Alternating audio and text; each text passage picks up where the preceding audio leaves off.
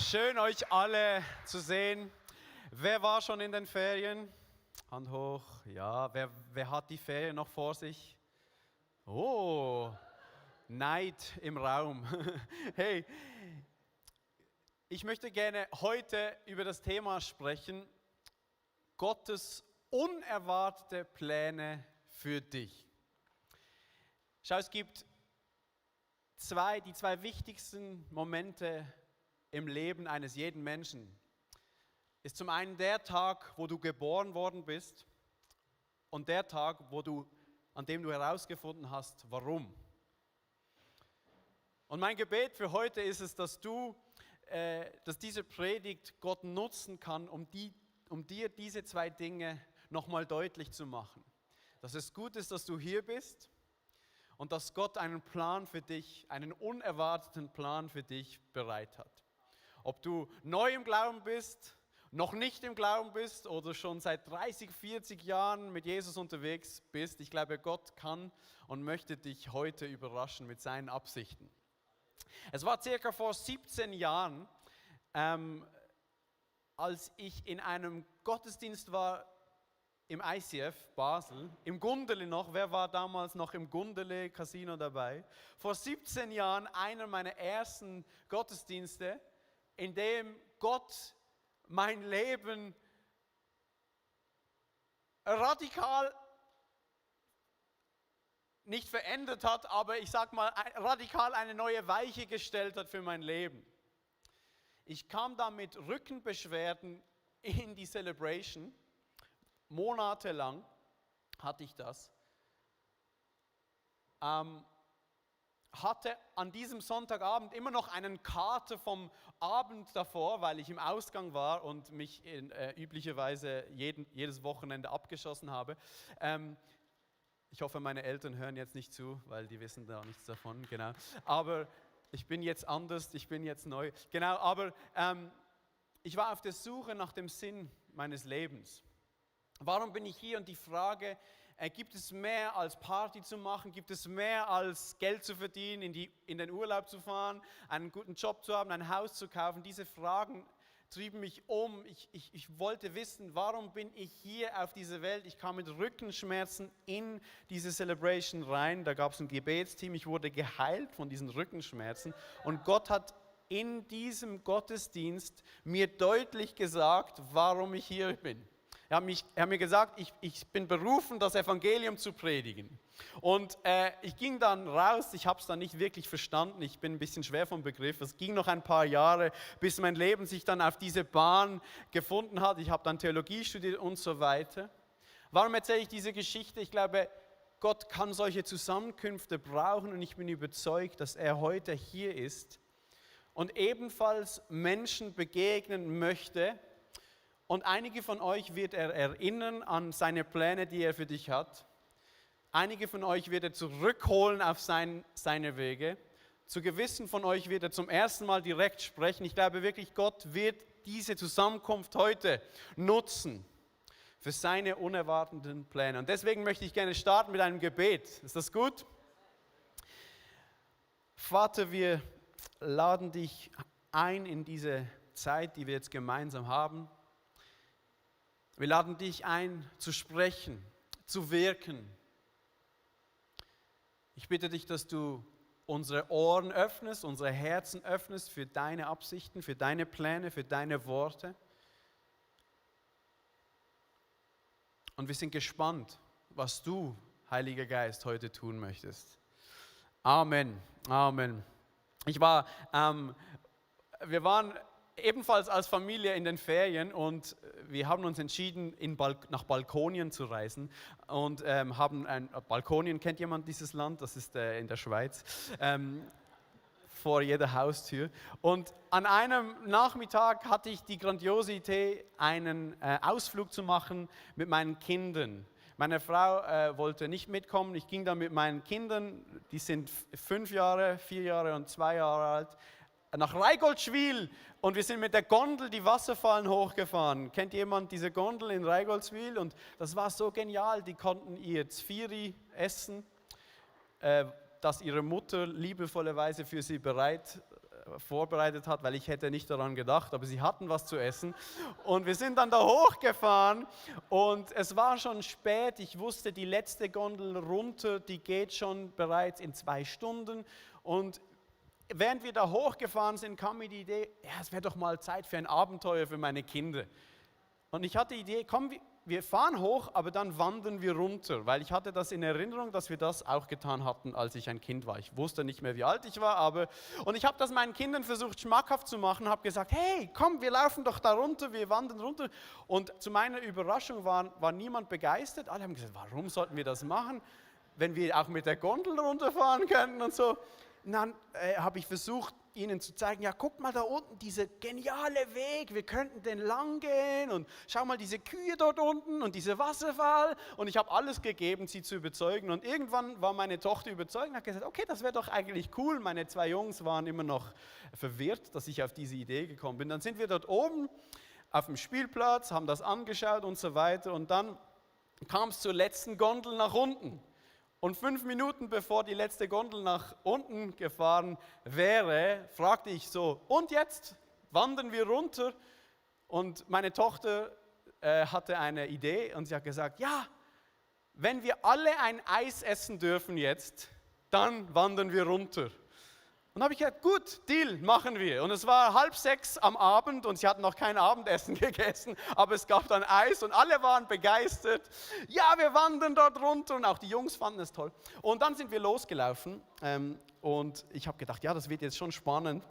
Nach 5 Minuten fällt mein Kleinster, rutscht auf dem Schotter aus, legt sich hin, fällt auf die Hüfte, prellt sich die Hüfte, weint. Ich hebe ihn hoch, er hat sich die Hüfte aufgeschürft. Mein zweiter Sohn fängt auch an zu weinen. Wie lang geht es noch? Und meine Tochter, ich mache keine Witze, nach 5 Minuten, meine Beine machen weh, können wir auf die Gondel? Wir sind aber schon 5 Minuten unterwegs und die letzte Gondel war schon weg. Ich wusste, es gibt keinen Weg zurück. Wir müssen das jetzt durchstehen. Und ich habe jeden Trick, den ich je gelernt habe als Vater, angewendet. Wir haben Abkürzungen genommen, ich habe Geschichten erzählt, wir haben Davida-Pausen gemacht. Ich hatte Davidas dabei, Gott sei Dank. Gott sei Dank. Ich wünschte, ich hätte Schokolade oder sowas oder Würste. Davidas hatten wir. Pausen gemacht, ich habe Hörbücher von meinem Handy abgespielt in meiner Hosentasche, da mussten sie nahe bei mir laufen. Ich habe sie an den Händen und irgendwann ruft meine Frau an. Wo seid ihr?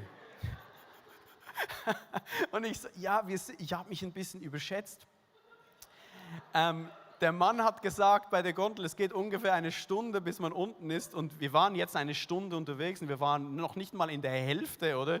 Und die Kinder, ich kann nicht mehr und so weiter. Und ich wusste, sobald ich ein Kind trage, wollen die anderen auch und so. Und als dann der Kleinste wirklich Seitenstechen hatte, habe ich mich dann erbarmt und so. Und es ging dann gut. Und long story short, nach 1 Stunde und 50 Minuten sind wir dann unten angekommen und ich war begeistert. Das war wirklich ein Abenteuer. Und ja, wirklich, ich war auch so stolz auf meine Kinder, dass sie das geschafft haben. Und ich habe ein Video für euch mitgebracht, um zu zeigen, wie sie diese Reise erlebt haben. Wir sind immer 1 Stunde gelaufen. der Mann hat gesagt, wir laufen 1 Stunde. Wir sind gelaufen 1 Stunde 50 Minuten.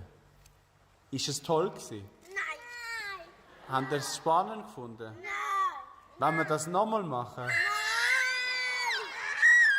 Was hat euch am besten gefallen? Nicht! Nur Gondelfahren. Der Papi hat sich ein bisschen überschätzt. He. So? Ich habe gedacht, das geht schneller, aber wir haben das ganz gut gemacht.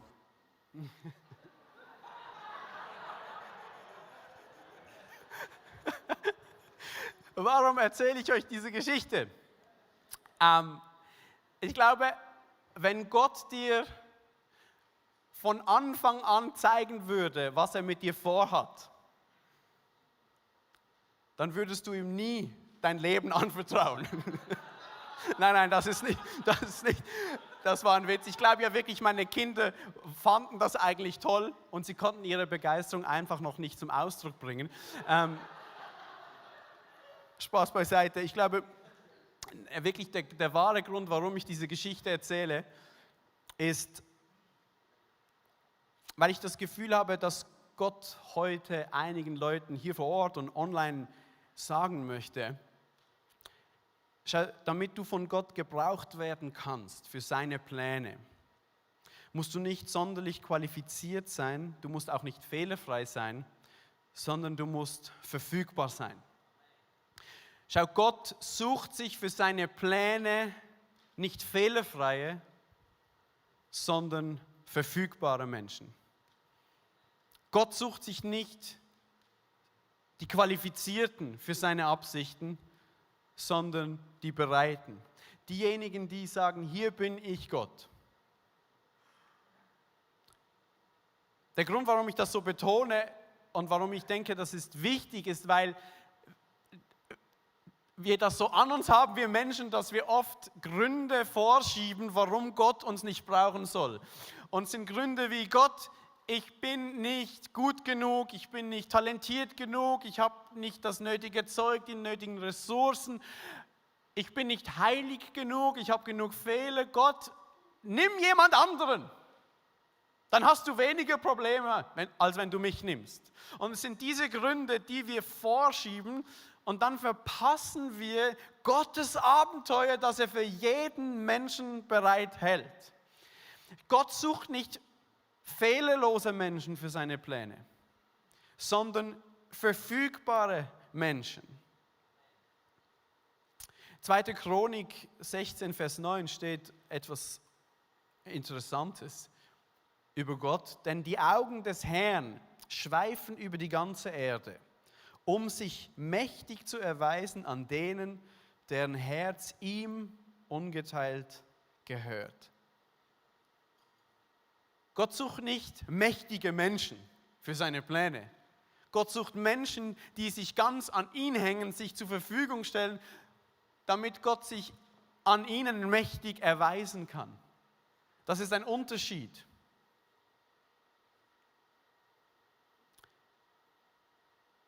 Die Wahrheit ist, wenn du dich Gott zur Verfügung stellst für seine Pläne, und ich weiß nicht, was er für dich vorbereitet hat,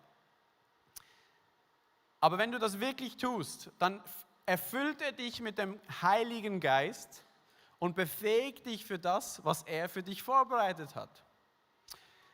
Schau, meine Kinder hätten diese Wanderung nie alleine ohne meine Hilfe geschafft. Du musst nicht fähig sein für das, was Gott für dich vorbereitet hat. Du musst verfügbar sein. Weil das, was Gott für dich vorbereitet hat, übersteigt deine Fähigkeiten sowieso. Habt ihr das verstanden? Das, was Gott für dich vorbereitet hat in seinem Reich, übersteigt deine Qualifikation. Deine Qualifikationen sind nicht deine Fähigkeiten. Du qualifizierst dich dadurch, indem du sagst, hier bin ich Gott. Meine Kinder hätten sich verlaufen auf dem Weg. Meine Kinder wären verzweifelt, wenn ich sie nicht ermutigt hätte, wären verhungert. Meine Kinder hätten es nicht geschafft, wenn ich sie nicht getröstet hätte, wenn ich sie nicht getragen hätte, wenn ich nicht zu ihnen geschaut hätte. Aber ich brauchte nicht ihre Fähigkeit. Alles, was ich brauchte als Vater, war ihre Bereitschaft für dieses Abenteuer. Und in ein paar Jahren werden sie mir Danke sagen für diese Wanderung.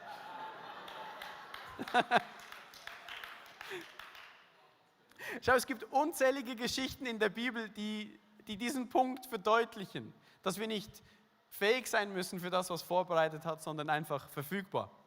Ich möchte gerne mit euch eine spezifische Geschichte ein wenig genauer anschauen. Das ist die Geschichte von Petrus, dem Apostel Petrus. Petrus wird als Teenager von Jesus als Apostel ausgewählt. Und diejenigen, die Geschichte von Petrus kennen, wissen, das war jetzt nicht einer, der sonderlich qualifiziert war und fehlerfrei war. Aber trotzdem hat Jesus ihn als leitenden Apostel auserwählt für seine erste Kirche. Ein impulsiver, leidenschaftlich, fehlerhaften Menschen. Und sein größter Fehler war, dass er Jesus 3-mal verleugnet hat. Obwohl er gesagt hat, ich gehe mit dir in den Tod, ich bleibe treu bis auf immer. Und Jesus sagt, noch ehe wenn du mich 3-mal verleugnest, dann kräht der Hahn und so weiter. Ihr kennt vielleicht diese Geschichte. Und dann stirbt Jesus am Kreuz, steht nach 3 Tagen wieder von den Toten auf und begegnet diesem Petrus am See, beim Fischen. Und diese berühmte Story, wo sich die zwei wieder versöhnen und Jesus fragt ihn, liebst du mich? Und er sagt, ja. Liebst du mich wirklich? Ja, wirklich, du weißt es und so weiter. Dann gibt er ihm einen Auftrag, hüte meine Schafe, schau zu meinen Leuten und so weiter und so fort. Und sie versöhnen sich und das wäre eine einzige oder eine eigene Predigt wert. Aber ich möchte nicht über diesen Moment der Versöhnung zwischen den beiden sprechen, sondern über einen ganz eigenartigen Satz, den Jesus am Schluss noch anhängt, nachdem sie sich versöhnt haben. Johannes 21, Vers 18. Ich möchte dir etwas sagen, sagt Jesus zu Petrus, am Schluss jetzt. Als du jünger warst, hast du dir den Gürtel selbst umgebunden und bist gegangen, wohin du wolltest. Doch wenn du alt geworden bist, wirst du deine Hände ausstrecken und ein anderer wird dir den Gürtel umbinden und dich dahin führen, wohin du nicht willst. Jesus deutete damit an, auf welche Weise Petrus sterben würde und dass durch seinen Tod die Herrlichkeit Gottes offenbart würde. Er schloss, indem er sagte, folge mir nach. In anderen Worten sagt Jesus zu Petrus, Petrus, diese Erfahrung, die du gemacht hast, deines Scheiterns, deines Versagens und der Versöhnung, hat dich geistlich älter werden lassen. Oder man könnte auch sagen, reifer werden lassen. Das war nötig, damit du geistlich gesehen von jung zu alt geworden bist. Früher, als du noch jung warst, sagt er, hast du selbst entschieden, was du anziehst. In anderen Worten, du hast selbst entschieden, wohin du gehst, was du tun möchtest, was deine Pläne sind. Das ist geistlich gesehen jung. Aber jetzt, nachdem du gescheitert bist, und ich davon weiß und du davon weißt und nichts mehr zu verstecken ist und wir wissen deine Schwächen, deine Stärken und ich liebe dich trotzdem und ich will dich trotzdem brauchen. Jetzt bist du bereit, dass du deine Hände ausstreckst und ein anderer dich gürtet, ein anderer dich anzieht, ein anderer sagt, wohin es jetzt geht und an Orte dich führen wird, wo du nicht mal hingehen möchtest. Jung im Glauben, ich entscheide selbst, alt im Glauben, Gott, was willst du? Nicht mein Wille, sondern dein Wille. Nicht mein Reich, sondern dein Reich komme. Nicht ich habe die Zügel meines Lebens in der Hand, sondern Jesus hat die Zügel meines Lebens in der Hand.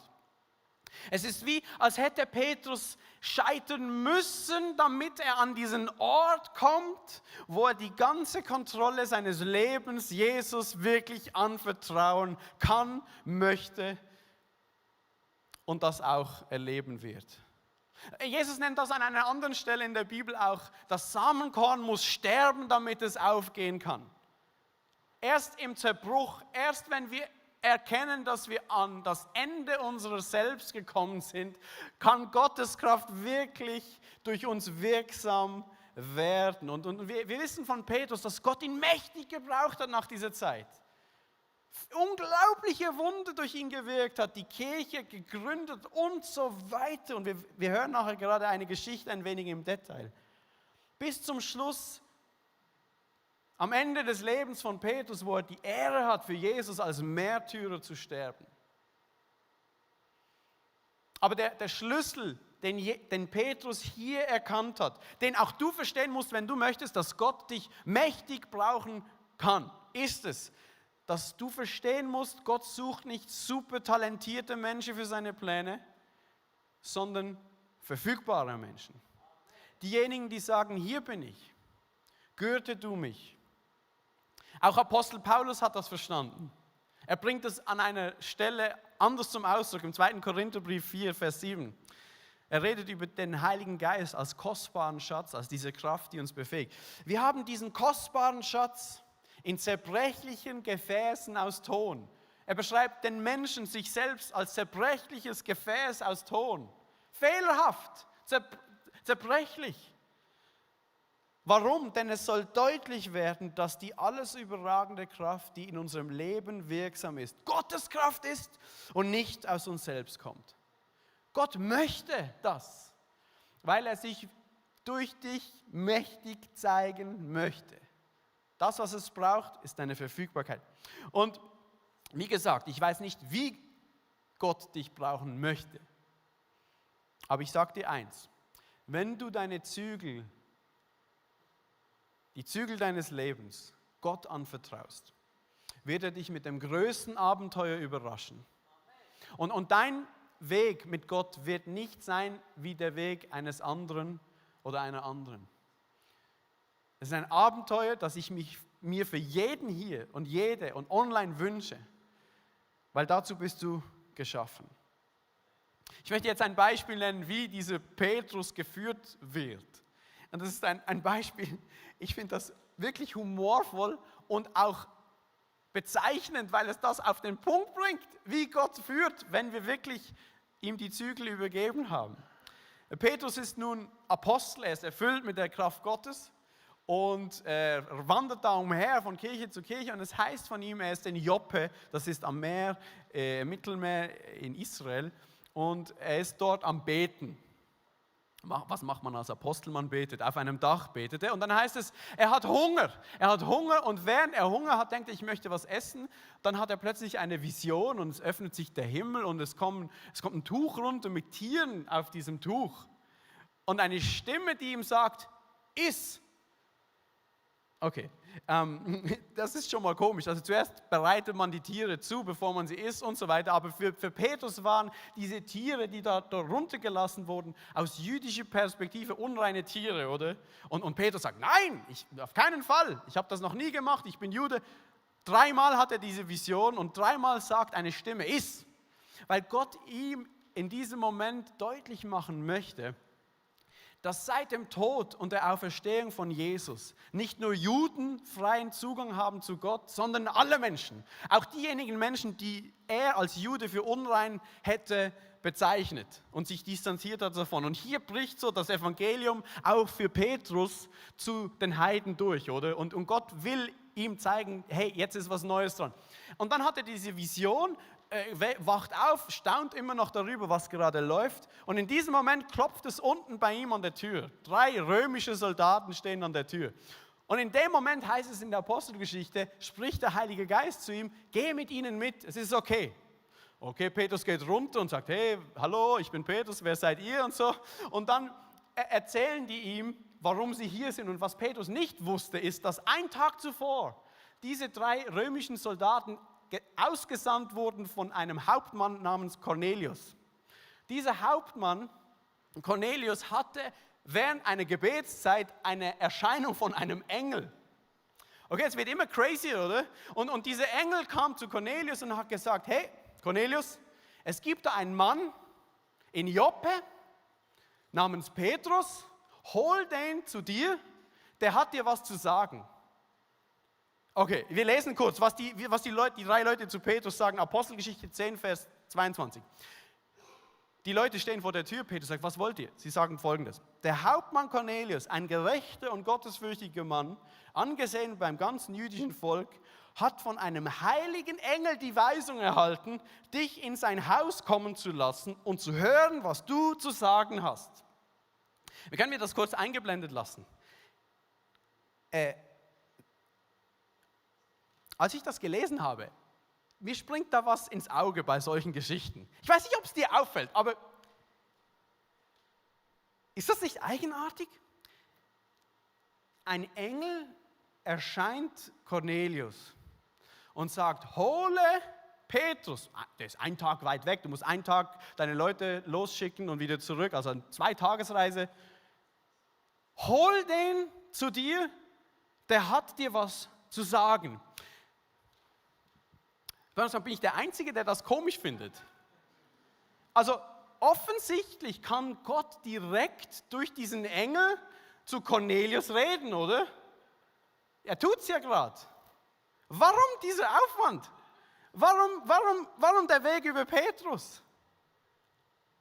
Warum diese ganze Mühe? Du machst doch selbst. Bin ich der Einzige, der sich solche Fragen stellt, wenn man die Bibel liest? Mach's doch selbst. Und schau, hier stehen wir vor einem großen Geheimnis, dem großen Wunder der Geschichte Gottes mit den Menschen. Gott hat sich dazu entschieden, durch Menschen wie dich und mich seine Pläne auf dieser Welt zu verwirklichen. Ja, das war von Anfang an der Plan. Die Ehre, die dem Menschen zukommt, ist einzigartig. Als Ebenbild Gottes ist es nur ihm vorenthalten, das Evangelium zu predigen. Kein Engel darf das tun.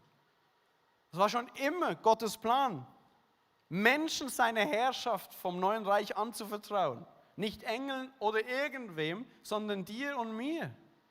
Wie ist das möglich? Es ist unmöglich. Das, was es braucht, ist deine Verfügbarkeit. Nicht deine Fähigkeiten, deine Verfügbarkeit. Das heißt, Gott hatte Petrus nicht zwingend nötig, verstehst du, für seine Pläne. Er kann es auch anders, aber Gott hat sich entschieden, trotzdem mit Petrus diesen Weg zu gehen. Weil auch Petrus etwas zeigen möchte, weil er ihn involvieren möchte, weil er möchte, dass Petrus auch versteht, dass es jetzt zu den Heiden geht. Er möchte ein Werk in seinem Herz tun. Ich sage nur Folgendes, ich weiß nicht, was dein Plan mit Gott ist oder Gottes Plan für dich ist. Ich sage nur, wenn du sagst, ja, hier bin ich, ist ein Riesenabenteuer vor dir. Und ich glaube wirklich, diese Message gilt für alle, ob du noch nicht im Glauben bist, neu im Glauben bist, seit 30, 40 Jahren mit Jesus unterwegs bist. Ich glaube wirklich, wir alle können nochmal neu sagen, hier bin ich Gott. Nicht mein Wille geschehe, sondern deiner. Und wir werden überrascht werden mit dem größten Abenteuer. Und dann geht die Geschichte ja weiter, oder? Petrus kommt dann dort an, die warten alle auf ihn, haben sich versammelt, er hat seine Familien angehört, seine Kinder, Sklaven, der ganze Haushalt ist bei Cornelius versammelt und dann kommt Petrus dorthin und sie sagen so, also was hast du uns zu sagen? Dann beginnt Petrus zu predigen. Er predigt von Jesus, wie er gestorben ist, auferstanden und so weiter und dann heißt es, noch während er predigt, der hat noch nicht mal seine Predigt beendet, fällt der Heilige Geist auf die Familie von Cornelius. Und die beginnen in Sprachen zu reden, zu prophezeien und es ist ein Chaos und Petrus steht da und sagt, was ist denn jetzt los? Ich stelle mir so vor, was in Gottes Geist da vorgegangen ist. So, Gott hat einen Plan, oder? Ich möchte die beiden connecten. Okay, ich gehe diesen Weg, ich mache das mit dem Traum, dann schicke ich dann gebe ich den Engel. So, und dann predigt er und dann ist der Heilige Geist dort und denkt sich, okay Petrus, wann kommst du zum Punkt mit deiner Predigt? Wann bist du endlich fertig? Wann kann ich möchte diese Familie jetzt erfüllen mit meiner Gegenwart, oder? Wie hat sich Petrus wohl gefühlt in dem Moment? Überleg mal, war er gekränkt? So, dann predigt er, es geht los, oder? Und dann sitzt er hin und sagt, ja, okay, warum bin ich hier, Gott? Jetzt schickst du den Engel, redest zu ihm, dann mache ich mir die Mühe, komm da hin und entweder sind jetzt meine Worte wichtig oder nicht, oder? Und er wird unterbrochen und es geht ohne ihn weiter. Glaubst du, er war gekränkt? Ich glaube nicht. Ich glaube, in diesem Moment überkam Petrus eine große Freude und ein Staunen und eine große Erleichterung. Weil er hat vor Jahren zuvor an einem Strand mit Jesus gelernt, dass es nicht um ihn geht, sondern um Jesus. Es geht nicht mehr um ihn, seine Pläne. Es geht um ihn und seine Pläne. Es ist sein großes Reich und er darf einen kleinen Teil darin spielen, einen kleinen Beitrag dazu leisten. Das ist das, was ich mir wünsche für jeden von uns. Für jeden von uns. Und das kann für dich so aussehen, für mich so und für den Nächsten wieder anders. Vergleich dich nicht. Petrus ist da am Strand nach dieser Begegnung. Jesus sagt ihm, Jetzt kommt eine Zeit, wo ein anderer dich gürtet, ein anderer dich führt, wohin du nicht willst. Und Petrus sagt, okay. Und Johannes sagt, das ist, hat der Jesus gesagt, um ihm anzudeuten, dass er schlussendlich als Märtyrer sterben wird. Und Petrus sagt, okay, ich folge dir nach, ja mache ich, du hast den Tod besiegt, okay, ich vertraue dir und so weiter. Dann sieht er Johannes dort stehen und sagt, was ist mit dem? Und Jesus sagt, was geht dich das an, was ich mit ihm mache? Folge du mir nach. Vergleich dich nicht mit anderen. Folge du Gott nach. Folge du Jesus nach. Das ist dein Job. Nicht vergleichen, sondern nachfolgen. Und bevor wir jetzt beten, und ich möchte gerne dir die Gelegenheit geben, nochmal wie Gott deine Hände neu auszustrecken, wie Petrus da am Strand. Egal wie lange du schon im Glauben bist. Und zu sagen, hey, hier Gott bin ich. Und vielleicht ist es dran für dich, zurückzukehren zu seinen Plänen, die er für dich ursprünglich hatte. Vielleicht bist du auf Abwege gekommen, vielleicht bist du entmutigt, wie auch immer. Ich möchte gerne für dich beten, aber bevor wir das tun, möchte ich noch kurz auf ein Detail, oder was heißt Detail, auf einen letzten Punkt eingehen in dieser Geschichte. Ich weiß nicht, ob dir das aufgefallen ist, aber Petrus wird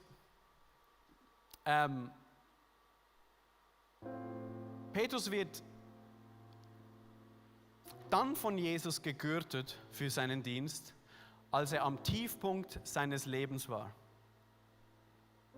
Verstehst du? Petrus wurde nicht dann gegürtet von Jesus, als er alles im Griff hatte, als er mächtig war, als er heilig war, als er erfolgreich war und sich Gott präsentiert hat und gesagt hat, ja, hier bin ich Gott mit meinen Stärken. Nein, nein, nein, nein. Als all seine Stärken zerschmettert waren am Boden, in seinem Zerbruch fand seine Gürtung, sagt man das so, statt.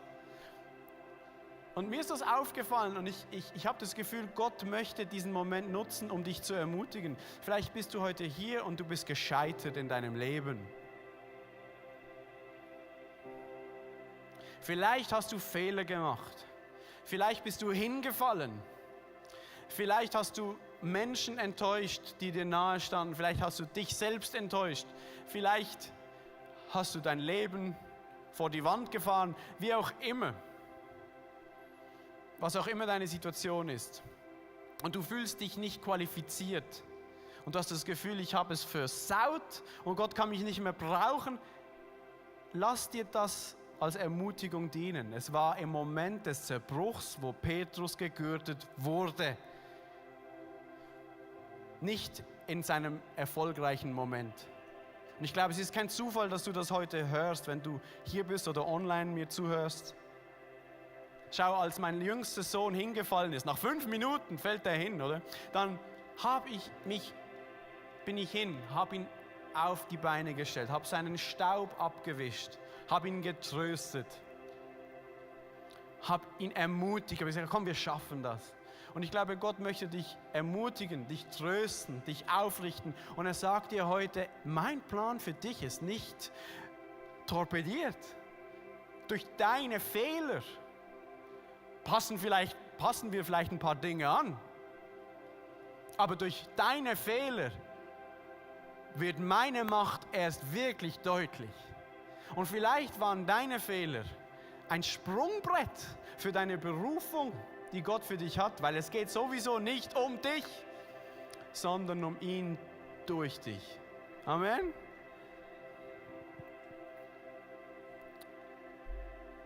Gott sucht nicht fehlerfreie, sondern verfügbare Menschen. Ich möchte jetzt beten mit uns und lass uns dazu aufstehen.